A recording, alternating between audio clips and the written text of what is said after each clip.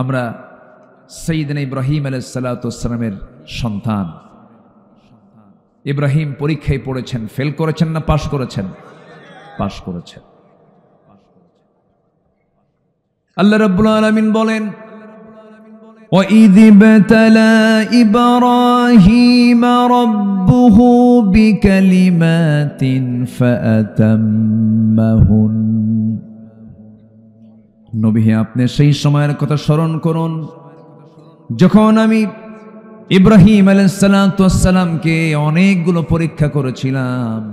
প্রত্যেকটা পরীক্ষায় তিনি ফার্স্ট ক্লাস ফার্স্ট হয়েছিলেন, কখনো ফেল করেন নাই। জোরে বলি সুবহানাল্লাহ। তো আমরা ফেল করতে চাই না পাশ করতে চাই? আমার আব্বা ফেল করেছেন না পাশ করেছেন? আমাদের জাতির পিতা কে? এটাও তো গলা চিপে ধরছিল। জাতির পিতা না গলা চিপে ধরছিল না? কি মনে নাই আপনাদের? মনে নাই? বলুন তো সবাই, জাতির পিতা কে? আরো জোরে, আরো জোরে, আরো জোরে। এখানে ভাগ বসানো যাবে না তো? ওরা এখানেও ভাগ বসাইছিল। আল্লাহ রাব্বুল আলামিন জাতির পিতার সিলেকশন দিয়েছেন বহু আগে, কারণ পরীক্ষায় পাস না করলে তো জাতির পিতা হওয়া যাবে না। ক্বালা ইন্নী জাইলুকা লিন্নাসি ইমামা মিল্লাতা আবিকুম ইব্রাহিম হুয়া সাম্মাকুমুল মুসলিমিন। জোরে বলুন আল্লাহু আকবার। তোমাদের জাতির পিতা কেউ হতে পারে না, তোমাদের জাতির পিতা একজন যাকে আল্লাহ সিলেকশন দিয়েছেন। মিল্লাহ মানে জাতি, আবিকুম মানে তোমাদের পিতা, মিল্লাত আবিকুম ইব্রাহিম তোমাদের জাতির পিতা আমি আল্লাহ বানিয়ে দিয়েছে একজনকে, তিনি হচ্ছেন ইব্রাহিম। কত পরীক্ষা তার জীবনে আসছিল, কম বেশি সবার জানা আছে। প্রত্যেকটা পরীক্ষায় তিনি পাশ করেছেন বলে আল্লাহ পাক তাকে জাতির পিতা বানিয়ে দিয়েছেন। আমরা যে খাতনা করি, এটা কোন নবীর সুন্নত বলেন? বলেন, আমার নবীর খাতনাই হয় নাই। আল্লাহ পাক তাকে জন্ম থেকে খাতনা করে তুমি দুনিয়াতে পাঠিয়ে দিয়েছে। জোরে বলে সুবহানাল্লাহ। আর তাহলে মূল খাতনা করেছেন কোন নবী? তাহলে এটা কোন নবীর সুন্নাহ বলেন? হ্যাঁ, জাতির পিতা হওয়ার তো কিছু তো হিস্টোরি থাকতে হবে। তো ওনার বয়স যখন 80 বছর, কত বছর? 80 বছর আল্লাহ বললেন, ইব্রাহিম তোমার একটা কাজ বাদ আছে। কি? খাতনা করা। কি করা? কত বছর বয়সে বলেন তো? এই 80 বছর বয়সে খাতনা করা কি সহজ কাম? এটাও তো ছোটখাটো একটা পরীক্ষা। ছোটবেলায় যখন আমাদের 8-9 বছর বয়স হয়েছে, তখন আমাদের গার্জিয়ানরা, আব্বা আম্মারা ধরে নিয়ে অপারেশন করে দিয়েছেন, খাতনা করে দিয়েছেন। এটা মনে না থাকতেই হয়ে গেছে, ছোটবেলায় হয়ে গেছে। কিন্তু 80 বছর হয়ে গেছে বয়স। এই 80 বছরের বয়সে এসে বলা হলো, তোমার একটা কাজ বাদ পড়েছে, কারণ তুমি জাতির পিতা, এই কাজটা তোমাকে করতে হবে, খাতনা করতে হবে। এখন বলেন, এই বুড়ে বয়সে তার লুঙ্গি কি অন্য কেউ খুলে দেবে? আস্তে কর, অন্য কেউ খুলে দেবে? সতর তো অন্য কেউ দেখতে পারবে না। তিনি বলছেন, আল্লাহ এই বুড়ে বয়সে আমি কি করব? আল্লাহ বললেন, তোমার খাতনা তুমি নিজেই করো। এখন বলেন, এই কাজটা কি সহজ কাম? বিশাল কাজ। কিন্তু সহি বর্ণনা, এটা সহি, একদম সহি রাওয়ায়াত। ও যে কাটতো আগে, এখন তো মেশিন দিয়ে কাটে। বগলের নিচে থুয়ে ওই কাঠ যে কাটে, ওটা কি বলে এলাকা? 22, হ্যাঁ 22 লা না কি বলে এটা? 22 বলে। এই 22 জাতীয় একটা কাঠ কাটার যন্ত্র তিনি হাতে নিলেন, আড়ালে চলে গেলেন, নিজেরটা নিজেই সাইজ করলেন, নিজেরটা নিজেই সাইজ করলেন। ওই যে শুরু হলো, হ্যাঁ ওই যে শুরু হলো এই সুন্নত ইব্রাহিম। আজও আছে না নাই?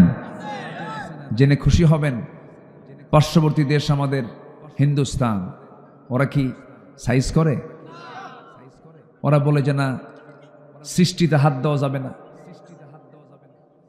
সৃষ্টিতে হাত দেওয়া যাবে না।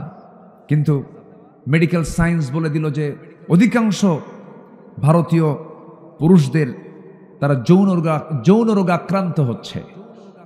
এটা ফলশ্রুতিতে শেষ পর্যন্ত বলল, মুসলমান হও আর না হও, অন্তত কাইটা সাইজ হয়ে যাও। কথা বুঝেন নাই? ইসলাম যেটাই দিয়েছে সেটাই কল্যাণ, যেটা দিয়েছে সেটা কি কল্যাণ। আমার বন্ধুগণ, আমরা এমন একটা কিতাবের আমরা আলোচনা শুনতে এসেছি যে কিতাবের আলোচনার শুরু হবে কিন্তু শেষ কখনো হবে না। আনলিমিটেড আলোচনা, সীমাহীন আলোচনা, সীমাহীন গবেষণা।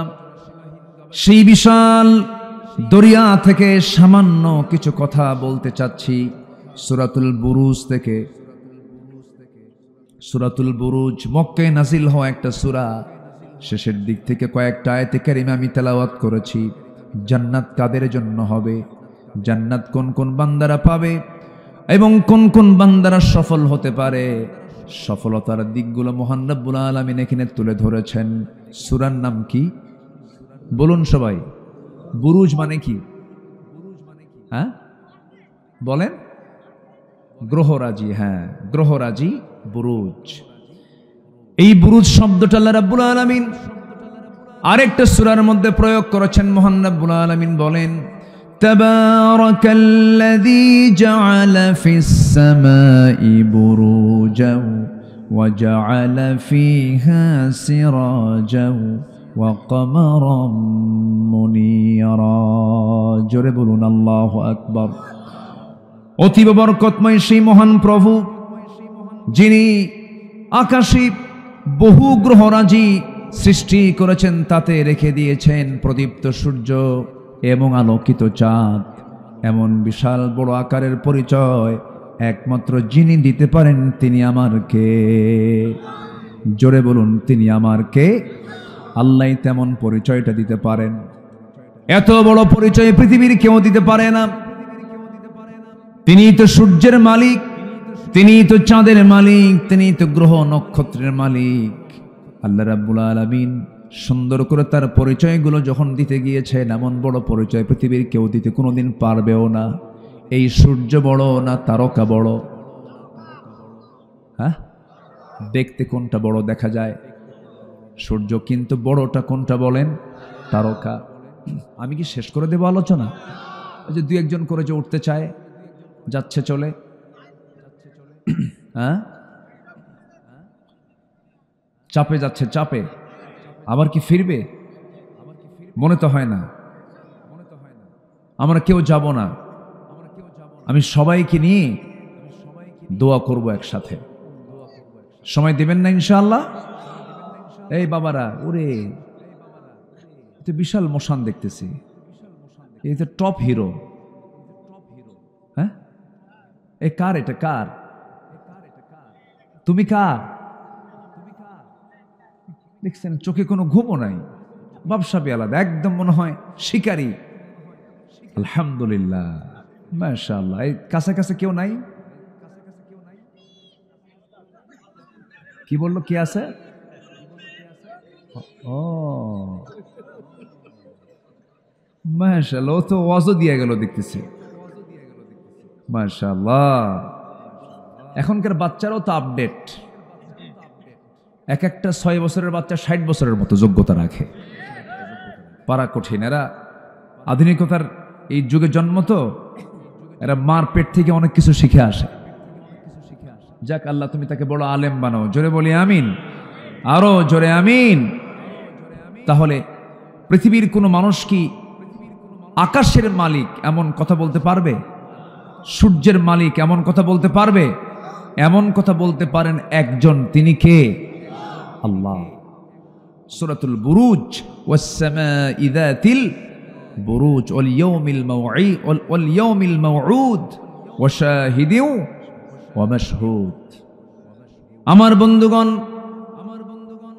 এই সূর্যটা এত বড়, অথবা 20 থেকে 30-এর মধ্যে হতে পারে, কিন্তু জেনে আশ্চর্য হবেন সূর্যের যে আভ্যন্তরীণ তাপমাত্রা, সূর্যের ভিতরে যে তাপমাত্রা, এই তাপমাত্রার পরিমাণ হলো 15 million degree Celsius. 15 million degree Celsius.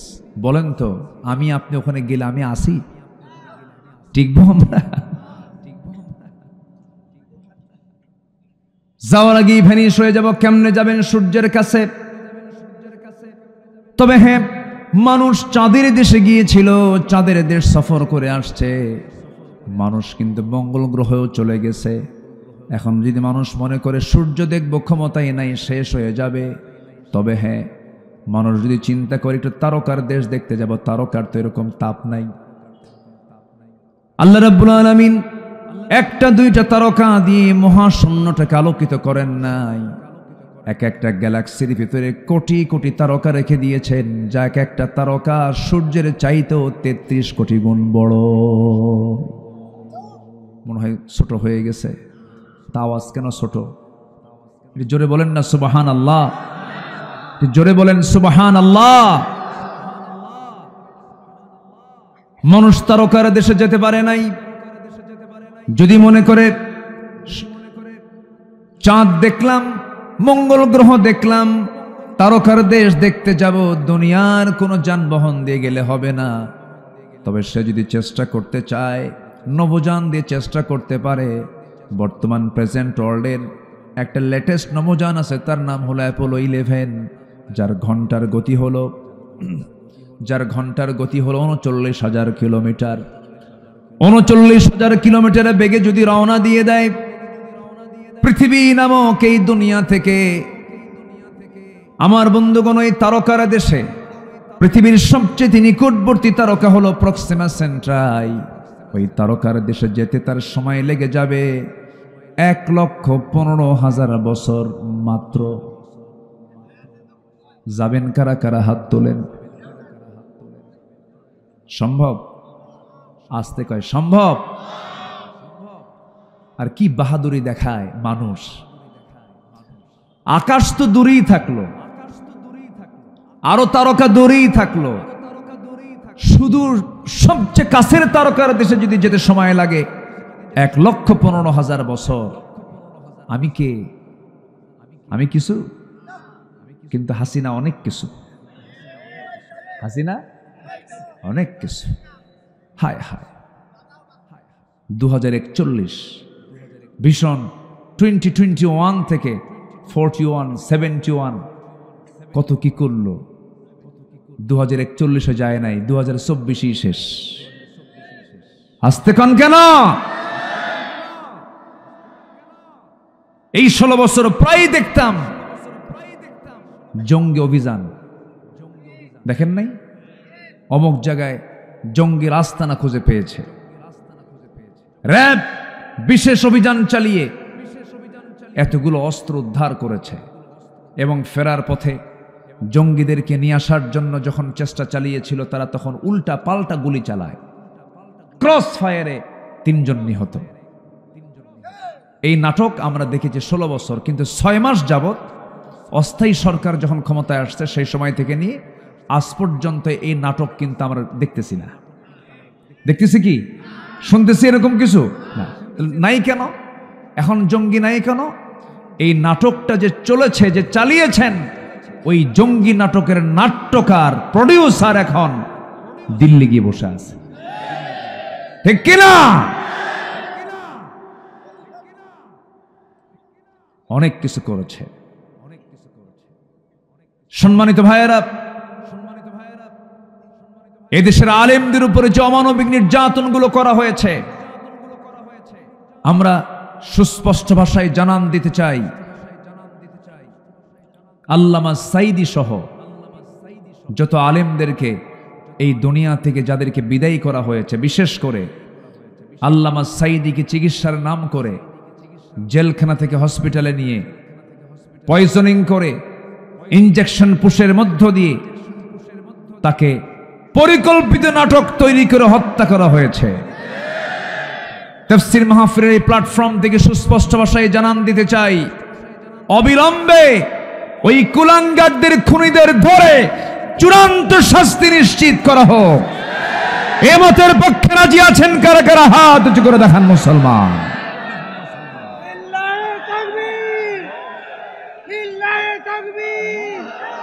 ইসলাম জিন্দাবাদ জিন্দাবাদ। ইসলামের শত্রুরা, ইসলামের শত্রুরা, ইসলামের শত্রুরা লিল্লাহে তাকবীর। আল্লাহ কবুল করুন, জোরে বলে আমিন। কাম সারছে, এটা আবার ছন্দপতন হলো কেমনে? আবার অসুস্থ অসুস্থ অটিস্টিক মনে হয় না? অসুস্থ। আল্লাহ তুমি তাকে সুস্থ করে দাও, জোরে বলি আমিন। আরো জোরে আমিন। সম্মানিত ভাইয়েরা, বিশেষ করে মনিটরে আওয়াজটা আমার কানে যেন পারফেক্ট থাকে, খেয়াল করবেন, কমাবেন না। লোকগুলো একটু সরায় দেন যেন আওয়াজগুলো যেন আমার কানে আসে। লোকগুলো এত ভালো, আমি খুবই আনন্দ পাচ্ছি। আমাকে কি সুন্দর করে সহযোগিতা করছেন। সবাই পিনপতন নীরব হয়ে কথাগুলো শুনছেন। শুধু শুনলেই হবে না, আমরা আমলে নিয়ে আসবো। জোরে বলি ইনশাআল্লাহ। সিচুয়েশন ভালো না। আমি মঞ্চে আসার আগ দিয়ে যুব সমাজ আমাকে নিয়ে বসেছিল, বসে বলে, হুজুর অবস্থা খুব খারাপ। কেন? যুবকরা মাদক খায়, নেশায় চলে গেছে। এগুলো সব আগের সরকারের ফলাফল। 70 লক্ষ মাদক সেবী এখন বাংলাদেশে। যেই মাদকাসক্ত সেই বাবার মানিব্যাগ চুরি করে, যে মাদকাসক্ত সে তার প্রতিবেশীর বাড়ির কাপড় চুরি করে। আমি কি ভুল বলছি? কত বড় যে একটা মহামারী আকার ধারণ করবে সামনের দিকে আল্লাহই জানে। এরপরে স্বাধীন হয়েছে দেশ 71-এ, আজকে 2025 সাল। 53 বছরে 20 কোটি মুসলমানের বাংলাদেশে নামাজির সংখ্যা মাত্র 100-তে 5 জন, অর্থাৎ শতকরা 5% মুসলমান নামাজ পড়ে। তাহলে কত সরকার আসলো গেল। এডুকেশন মিনিস্ট্রি ছিল, রিলিজিয়ান মিনিস্ট্রি ছিল, ধর্ম মন্ত্রণালয় ছিল, শিক্ষা মন্ত্রণালয় ছিল, যুব মন্ত্রণালয় ছিল। এতগুলো ডিপার্টমেন্ট এতদিন ধরে যারা চালালেন তারা কি করলেন? মাত্র নামাজি হলো 5%। এটা কেন? এটার সবচাইতে বড় কারণ হলো যারাই সরকার গঠন করেছিল কেউ নামাজের সরকার ছিল না। ঠিক কিনা বলেন? যারা এই সরকারে ছিল তারা কেউ মাদকের বিরুদ্ধে অবস্থান নিয়ে তারা কথা বলেনি, বরঞ্চ মদের আইন সংসদে তারা পাশ করেছে, বেশ্যাবৃত্তির লাইসেন্স তারা দিয়েছে। সম্মানিত বন্ধুগণ, সব দেখা শেষ করেছি আমরা। এই 53 বছরে কেউ 25, কেউ 16 বছর, কেউ 9 বছর, কেয়ারটেকার গভর্নমেন্টরা কয়েক বছর। যা দেখেছি আমরা সব দেখা শেষ। আগামীর দেশ আমরা দেখতে চাই কোরআনের দেশ। আসতে বলবেন না, জোরে বলুন ঠিক কিনা? আগামীর সরকার আমরা দেখতে চাই নামাজের সরকার। রাজি আছেন কারা কারা? হাত উঁচু করে দেখান।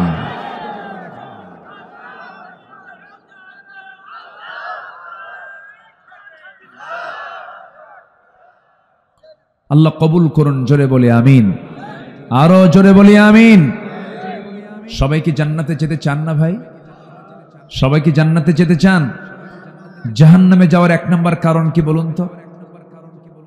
জাহান্নামে যাওয়ার 1 নম্বর কারণ কি বলুন? বলুন। নামাজ। তাহলে যে দল, যে নেতা, যে দেশের আইন আমাকে জাহান্নামে যাওয়ার 1 নম্বর কারণই আমাকে নির্দিষ্ট করে দিতে পারে না, জাহান্নাম থেকে বাঁচানোর জন্য চেষ্টা চালায় না, সেই দল আমার বন্ধু হতে পারে না, সেই ব্যক্তি আমার বন্ধু হতে পারে না, সেই সরকার আমার সরকার হতে পারে না, যে সরকার আমাকে জাহান্নাম থেকে বাঁচানোর জন্য ফিকির করে না। অথচ আল্লাহ রাব্বুল আলামিন কত আগে বলছেন। আল্লাহ রাব্বুল আলামিন বলেন, আল্লাযীনা مكناهم في الأرض أقاموا الصلاة وآتوا الزكاة وأمروا بالمعروف ونهوا عن المنكر ولله عاقبة الأمور جربنا الله أكبر আমি যাদেরকে রাষ্ট্রীয় ক্ষমতা দেব রাষ্ট্র ক্ষমতায় বসা মাত্রই তারা 4টা দফা 4টা আইন তারা রাষ্ট্রে জারি করবে। নাম্বার 1, নামাজটাকে কায়েম করে ফেলবে। আজকে যদি নামাজ কায়েম হয়ে যেত, নামাজের সংখ্যা হতো 95%, বেনামাজি হতো মাত্র 5%। শুধু উল্টে যেত, শুধু বিধানটা কার্যকর নাই বলে আজকে সিচুয়েশন তৈরি হয়ে আছে।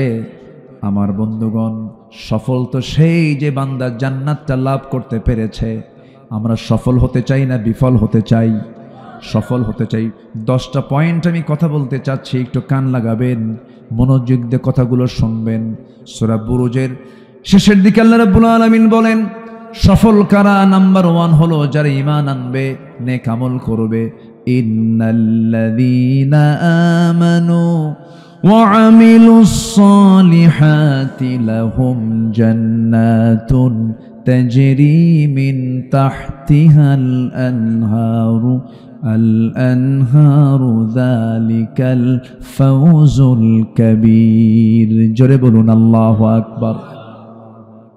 আমি আসলে কষ্ট দিচ্ছি আপনাদের মনে হয়।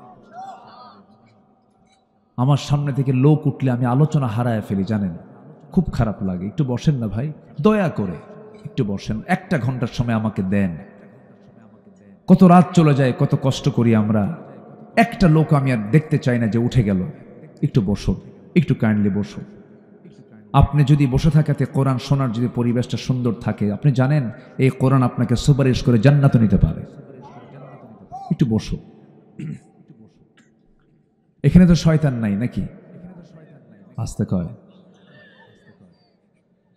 আজ থেকে শয়তান আছে না নাই? ওর কাজ তো করবেই, সে ওয়াসওয়াসা দেবে, অনেক কিছু করবে। শয়তান জান্নাতি চেনে আর বাগাসারা চেনে না। শয়তান জান্নাত চেনে না। আমার বাপ আদম এবং হাওয়াকে কোথায় গিয়ে ফুসলাইছে বলেন? কোথায় গিয়ে ওয়াসওয়াসা দিছে? ফাওয়াসওয়াসা লাহুমা, দুজন কি জান্নাতে গিয়ে ওয়াসওয়াসা দিয়েছে। তো শয়তান যদি জান্নাতে গিয়ে আমার বাপকে ধরে, কি সারসা জিগর গাছ এগুলো চেনে না শয়তান? আর এখানে তো চেনেই না নাকি? একটু বসেন, একটু বসেন, আমি একটু সাজায় নি, গোছায় নি একটু। আমরা সফল হব, আমরা কি হব? সাকসেস হব। জোরে বলি ইনশাআল্লাহ। আমরা সফলতা আনব। আমার যদি সাফল্য হয়ে যায়, বাস আর কিচ্ছু লাগবে না। চূড়ান্ত সাফল্য হলো জান্নাত পাওয়া। জান্নাত পেলে আর কিছু দরকার আছে ভাই? কার কিছু দরকার আছে? আল্লাহ বলছেন 2টা কাজ করো, ঈমানটা সুন্দর করে আনো, নেক আমলটা করো। কিন্তু অনেকে হয়তো মনে মনে চিন্তা করছেন, এখন হুজুর এত কমন আয়াত আপনি আলোচনা করছেন, কমন কথা, ঈমান তো আমার বাপেরও আছে আমারও আছে, এরকম ভাবতে পারেন। আমার বাবাও মুসলমান, আমি মুসলমান, কিন্তু না, এমন করে মুসলমান হওয়া যায় না। হিন্দুর ছেলে হিন্দু হতে পারে, ব্রাহ্মণের ছেলে ব্রাহ্মণ হতে পারে, খ্রিস্টানের ছেলে খ্রিস্টান হতে পারে, ইহুদির ছেলে ইহুদি হতে পারে, কিন্তু মুসলমানের সন্তান মুসলমান হতে পারে না যদি তার মধ্যে ঈমান না থাকে। কি না থাকে? ঈমান না থাকে। আমার বন্ধুগণ, আমার দেশে বহু নামাজি আছে, কিন্তু নামাজি হলেও সে কাফের। বহু নামাজি আছে, নামাজি হলেও সে মুশরিক। বহু নামাজি আছে, নামাজি হলেও সে মুনাফিক। আছে না না? নামাজ পড়ে কিন্তু ঈমান নাই। আছে কিনা? আছে কিনা বলেন? হয়তো বলবেন হুজুর আপনি কেমন করে কথা বললেন, লোকটা নামাজ পড়ে আবার কাফের কেমনে হলো? ফতুয়া আব্দুল্লাহ আল আমিনের নয়, ফতুয়া হচ্ছে আল্লাহ পাকের। ফতুয়া মূলত কে দেন বলেন? আল্লাহ দেন। কোরআনে কারীমের মধ্যে আল্লাহ রাব্বুল আলামিন বলছেন, দেখো কাফের কারা। ওয়ামান লাম ইয়াহকুম বিমা আনজালাল্লাহ ফাউলাইকা হুমুল কাফিরুন। আমার দেওয়া বিধান অনুযায়ী যারা বিচার কার্য ফয়সালা করে না, যারা আমার বিচারকে যারা মানে না, যারা আমার আইনকে যারা মানে না, তারা হলো কাফের। আমার দেশে বহু মুসলমান আছে, নামাজ পড়বে, রোজা রাখবে, হজ করবে, সব করবে, কিন্তু আমার আল্লাহর সুরির বিধান, জেনার বিধান, খুনের বিধান মানতে চায় না, অস্বীকার করে। আছে না নাই? তার ফলাফল হলো কেমন করে বলে দেখেন। অনেকে বলেন কোরআন এবং রাজনীতি দুটা ভিন্ন জিনিস, কোরআনের সাথে রাজনীতির কোনো সম্পর্ক নাই। যে রাজনীতিতে কোরআন নাই সে রাজনীতি হলো শয়তানের রাজনীতি। ঠিক কিনা? কিসের রাজনীতি? শয়তানের রাজনীতি। কোরআন শূন্য রাজনীতি হলো শয়তান করে। কে করে? কে করে? শয়তান করে। কোরআন আছে যেখানে রাজনীতি সেখানে সব কিছুর মধ্যে আছে। পথে রাজা রাজপথ, হাসে রাজা রাজহাঁস, নীতির যে রাজা তার নাম কি বলেন? রাজনীতি। কোরআনে রাজনীতি না থাকলে পরে কোরআন তো আপনি মানলেন না, কোরআন তো আপনি পূর্ণাঙ্গ মানলেন না। কোরআন শুধু নামাজের কথা বলে তা নয়, শুধু রোজার কথা বলে তা নয়। বঙ্গভবন থেকে শুরু করে রান্নাঘর পর্যন্ত কোথায় কি চালাতে হবে সব বিধিবিধান একটা একটা করে বলে দিয়েছেন এই কিতাবের মধ্যে। তিনি আমার কে? সব বলে দিয়েছেন। এবং এটা এমন একটা কিতাব, পৃথিবীর সকল জ্ঞানের সোর্স এটা হচ্ছে মাদার মাস্টার। এটা কি? Mother master. এখান থেকে সমস্ত জ্ঞানের বিভাগগুলো চলে গেছে। আমার বন্ধুগণ, জেনে আশ্চর্য হয়ে যাবেন, এই খুলনা অঞ্চলের সবচাইতে প্রিয় একটা জুস আল্লাহ পাক রেখে দিয়েছেন, যা বাংলাদেশের কোথাও এত সুন্দর রস আপনি কোথাও পাবেন না, যেটা সুন্দরবনে পাওয়া যায়। তার নাম কি বলুন? আল্লাহু আকবার। আমি মধুর প্রতি খুব দুর্বল, মধু পেলে আমি হেরে যাই। খুব ভালো জিনিস। এই মধুর ডিপার্টমেন্ট দিয়েছেন আল্লাহ রাব্বুল আলামিন, কোনো মানুষকে নয়। এই মধু প্রস্তুত করার জন্য, কারখানা নির্মাণ করার জন্য, মধু সংগ্রহের জন্য সম্পূর্ণ দায়িত্ব দিয়েছেন একটা প্রাণীকে। তার নাম কি বলুন? কি? শুধু মাছি? কি মাছি? মৌমাছি। মৌমাছি কখনো ফুল ছাড়া কোথাও পড়ে না, ভালো জায়গা ছাড়া কোথাও। আর মাছি? মাছি আমরা কি হব? মাছি হব না মৌমাছি হব? ভালো করে কম। আমরা কি হব? মাছি না মৌমাছি? মাছি পরে সব জায়গায়, আছে না? আর মৌমাছি এক জায়গায়। মৌমাছি এক জায়গায়। আলু হলো দু প্রকার। এক আলু সব জায়গায় চলে, তার নাম হলো গোল আলু। আর আরেকটা আলু আছে যে আলুটা বছরে একবার হয়, সুন্দর করে ওটাকে শুধু গরম পানিতে সিদ্ধ দিয়ে লবণ দিয়ে খাওয়া লাগে। তার নাম কি? হ্যাঁ, এটা আবার নতুন নাম শুনলাম। মোম আলু। হ্যাঁ, মিষ্টি আলু। মোম আলু। হ্যাঁ, মোমের মতোই তো লাগে। হ্যাঁ, কি সুন্দর ভাষা তৈরি করছেন আপনারা তো ভাষাবিদ। যশোর তো যশোরই, তাই না? আমার একটা আলোচনা আছে, এটা সবাই এটা দেখে। ভাষা নিয়ে আমার একটা কথা আছে।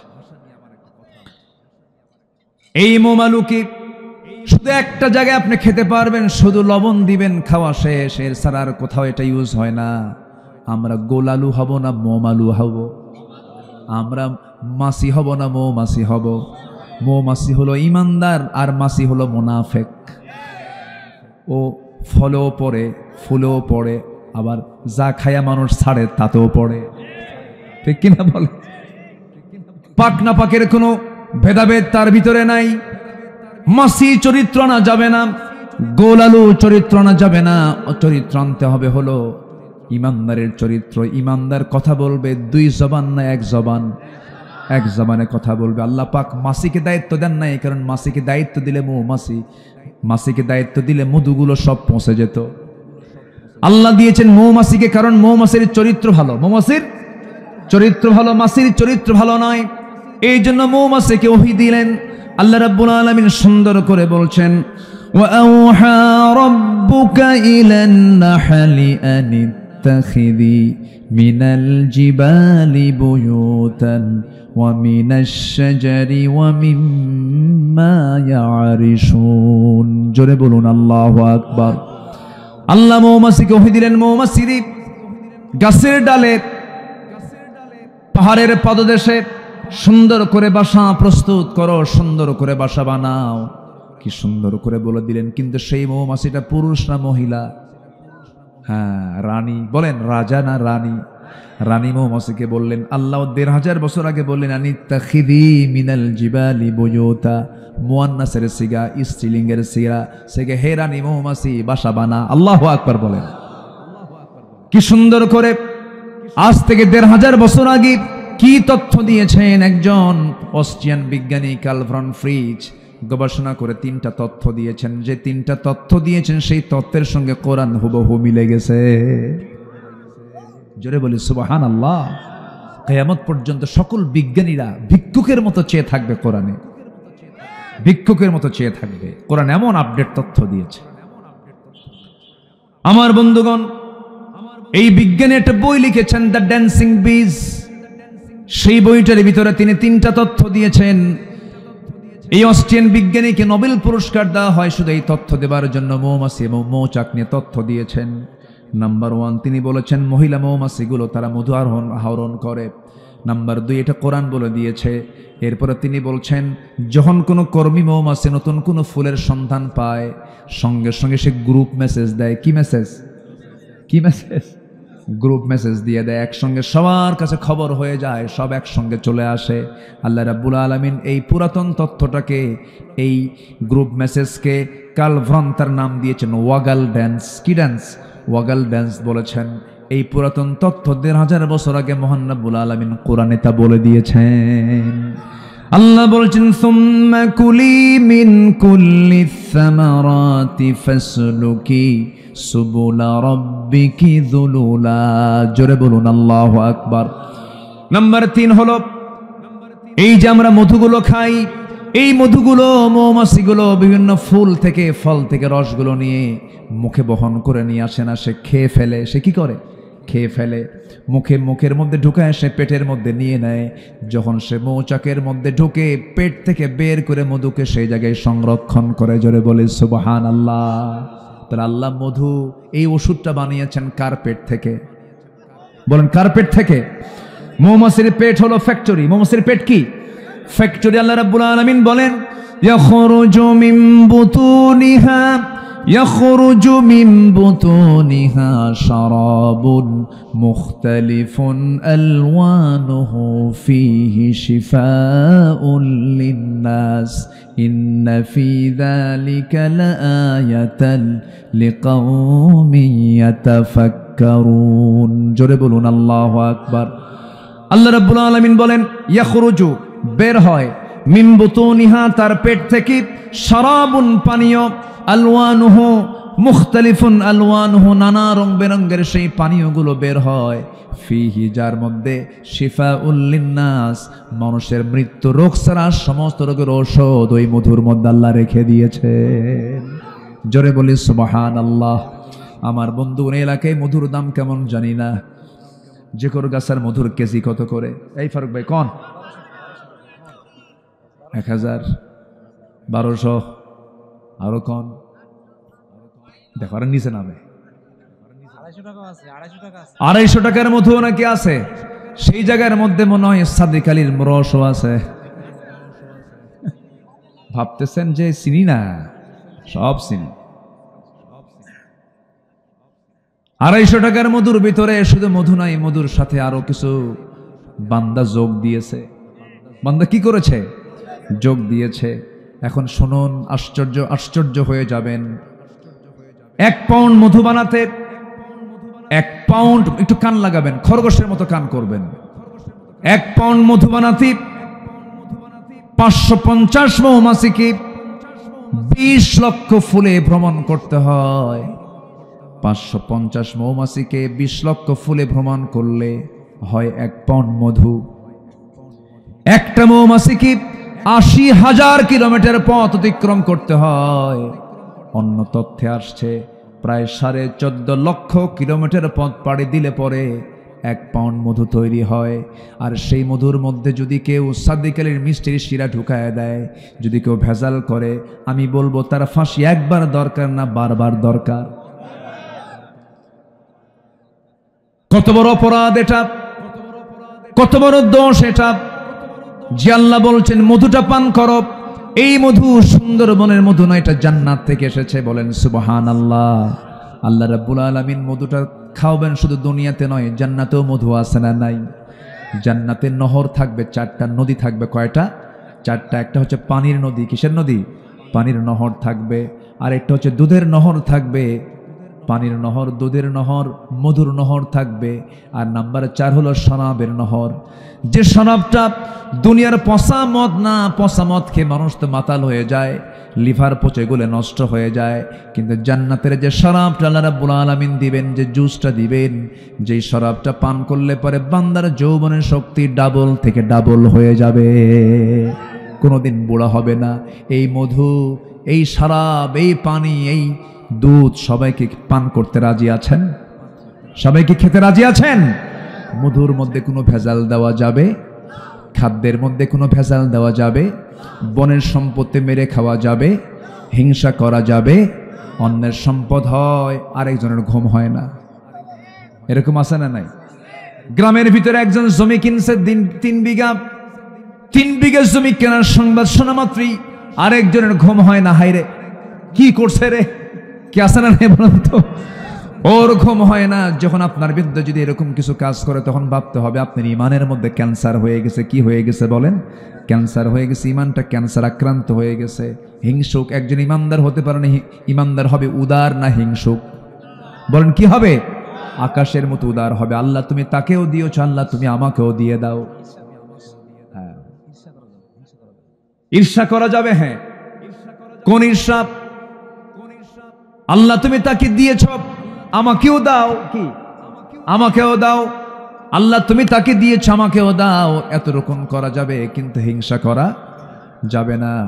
আগের যুগের মানুষ বিয়ে করতো ঘোড়া নিয়ে। কি নিয়ে? ঘোড়া নিয়ে। বহু আগে এক ওয়াজে শুনছিলাম, কার যে ওয়াজ শুনছে মনে নাই, ছোটবেলায়। তো এক বেচারি বিয়ে করবে, ঘোড়া নেবে, ঘোড়া নাই। তো যে গ্রামে বাড়ি, ওই গ্রামে এক মুরব্বীর ঘোড়া আছে। যার ঘোড়া আছে তার কাছে গিয়ে বলছে, চাচা আমার অমুক দিন বিয়া, তো ঘোড়াটা দেওয়া যাবে কি? তো মুরব্বীর খুব রাগ ছিল ওই যুবকের উপরে। এবার চান্স পাইছে, রাখছে, মানে ঝাড়ছে হলো রাগ। তোকে জীবনেও ঘোড়া দেব না, যা। ধমকা বের করে দিস। ও মন টন খারাপ করে চলে আসছে। শবে বরাতের রাত। কালকে কিসের রাত? কোন দেখছেন ওয়াজ কি মিলে গেছে, তাই না? বরাত নিয়ে কিছু কথা বলবো তো। এই এই ওঠে কেন? এই যে বসেন। আসলে বেশি রাত তো, আমি ভুল করেছি, একটু আগে ভাগে উঠলে ভালো হতো। কি অসুবিধা নাই তো? বলি ইনশাআল্লাহ। জি, আমার দিকে তাকান। এরকম ধমক দিয়ে কথা বলাও ঠিক না, কারণ এটা তো জোরাজুরির বিষয় না। একটু বসেন, একটু বসেন। তো রাগ করে যখন ধমক দিছে, তখন সে বের হয়ে চলে আসছে। পরের দিন শবে বরাত, গেছে নামাজ পড়তে। শেষ দোয়া, সে দোয়ায় বলতেছে, আল্লাহ আজকে আমার জন্য কিচ্ছু চাবো না তোমার কাছে, আমি আমার জন্য কিচ্ছু চাই না আল্লাহ, আমার কিচ্ছু দরকার নেই তোমার কাছে। আমার একটা শুধু দোয়া, বুড়ার যেন ঘোড়া মরে। বুড়ার যেন কি মরে? এই দোয়া শেষ করে, বরাতের দোয়া কি আর মিস হয়? কদরের দোয়া, বরাতের দোয়া তো আর মিস হয় না। দোয়া কইরা চলে আসছে বাড়িতে। বাড়িতে এসে দেখে মায়ের চোখে পানি। মা কান দেখে, মা তুমি কান্দো কেন? কি হয়েছে? কে বাবা, তোর গরু মরছে। তোর কি মরছে? গরু মরছে। তাহলে দোয়া কিন্তু কবুল ঠিকই হয়েছে, মালাকুল মউত আসছে, কিন্তু ঘোড়ার কাছে না গরুর কাছে? ঘোড়া বুড়ার আর গরু কার? যে দোয়া করছে তার। তো হিংসা করবেন, হিংসার আগুনে নিজে জ্বলে পড়ে সরকার হবেন। যার জন্য হিংসা করছেন তার কিচ্ছুই হবে না।